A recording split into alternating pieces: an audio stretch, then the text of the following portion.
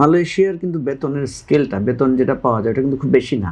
Saudi আরব আর মালয়েশিয়ার বেতনের পরম্পরাটা, যেহেতু তাদের সেখানকার মুদ্রা আর আমাদের মুদ্রার মধ্যে পার্থক্যটা মানে মানে ইউরোপের মতো না বা আমেরিকার মতো না, ফলে দেখা যাচ্ছে আমাদের শ্রমিকরা ওখানে যে বেতন পায় সেটা আপনার তার খরচ টরচ গিয়ে বাংলাদেশে ফ্যামিলিকে সে কন্ট্রিবিউট করতে পারে 10-20 হাজার টাকা মাসে, হয়তো সে 20-25 হাজার টাকার মতো সে কন্ট্রিবিউট করতে পারে বা সেভ করতে পারে। এখন কথা হচ্ছে, এই যে মাসে সে 10-20 হাজার টাকা ইনকাম করবে এই কঠিন শ্রম করে, তাহলে তাকে তো একটা নির্দিষ্ট এবং কম খরচে যেতে হবে। এখন সে যদি যেতেই অনেক টাকা খরচ করে ফেলে, সে ফর এক্সাম্পল ধরেন একটা লোক যদি মালয়েশিয়ায় যেতে যদি 5 থেকে 7 লাখ টাকা খরচ করে ফেলে, তাহলে সে ইনকাম করবে কখন আর এই টাকাটা উঠাবে কখন?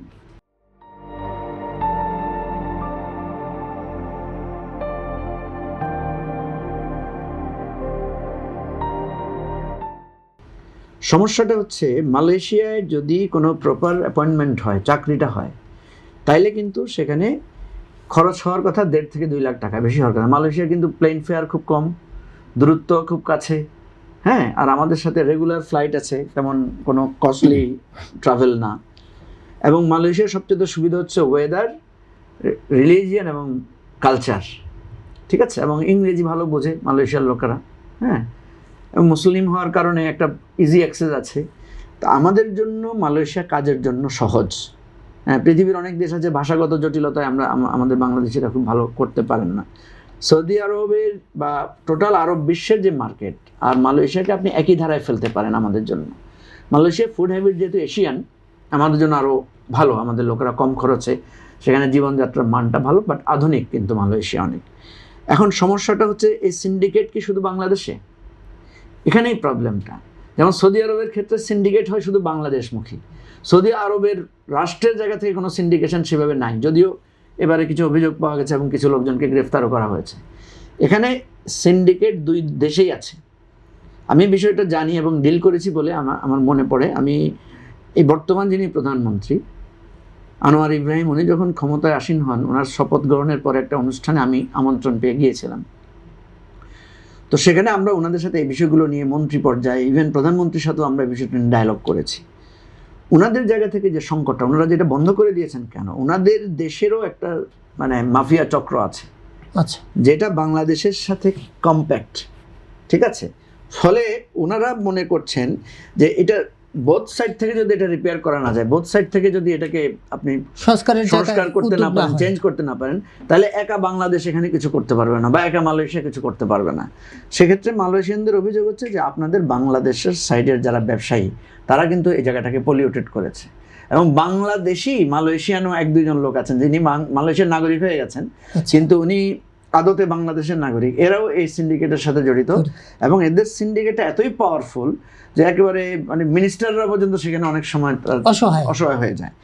এখন আমাদের কথাটা এখানেই, কেন এটা আমরা বলছি যে এখন মাননীয় প্রধানমন্ত্রী যাচ্ছেন সেখানে, আনোয়ার ইব্রাহিম সাহেব সেখানে আছেন, ওনাকে অনেক পজিটিভ এবং বাংলাদেশের জন্য ওনার ফিলিংসটা খুবই ভালো, আমি যতটুকু জানি। তাহলে এই 2জন স্টেট টু স্টেট চিফ, রাষ্ট্রপ্রধান তো রাষ্ট্রপ্রধান, যদি 2 পক্ষ থেকে স্ট্রংলি এটাকে হ্যান্ডেল করতে পারেন, 2 দেশের সিন্ডিকেশনকে বাতিল করে দিয়ে একটা মানে ন্যায্যতার ভিত্তিতে করেন, তাহলে সবচেয়ে লাভবান হবে আমার দেশের শ্রমিকরা। কীভাবে লাভবান হবে?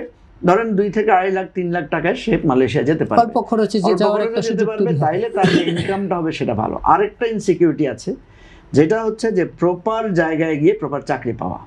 এখন এই সুযোগে যেটা করা হয়, ধরুন লোক লাগবে 5,000, নিয়ে যাওয়া হচ্ছে 10,000, 8,000, সেখানে কিন্তু অনেক মানবেতর জীবনযাপন করে আমাদের শ্রমিকরা।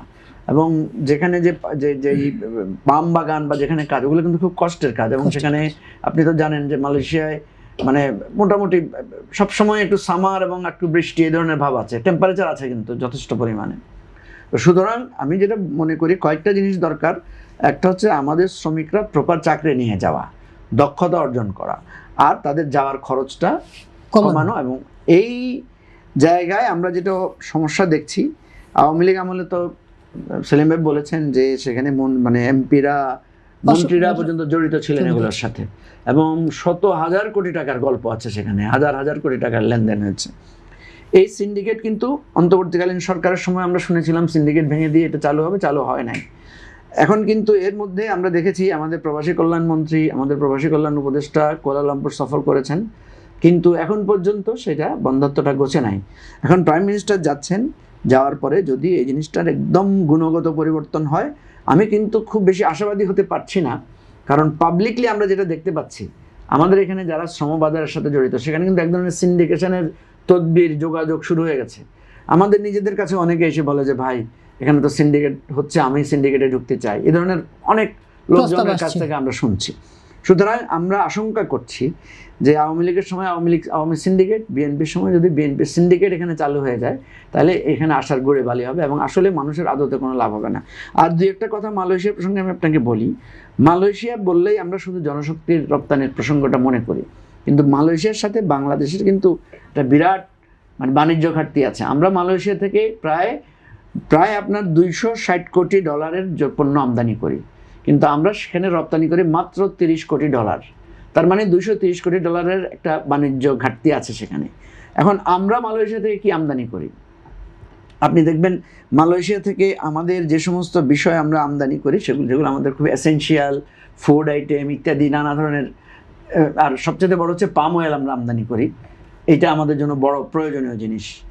এখন মালয়েশিয়ায় আমরা যেটা রপ্তানি করতে পারতাম, এই রপ্তানির বাধাটা হচ্ছে যে মালয়েশিয়ান সাইড থেকে ট্যারিফ যে ইয়াটা ধরা হয় সেটা অনেক বেশি, 30%-এর উপরে। এখন আমাদের দেশ থেকে কিন্তু মালয়েশিয়াতে আমরা আপনার ওষুধ রপ্তানি করতে পারি, আমাদের এখান থেকে আম রপ্তানি করতে পারি, আমরা চামড়াজাত দ্রব্য আমরা রপ্তানি করতে পারি, আমাদের গার্মেন্টস পণ্য রপ্তানি করতে পারি।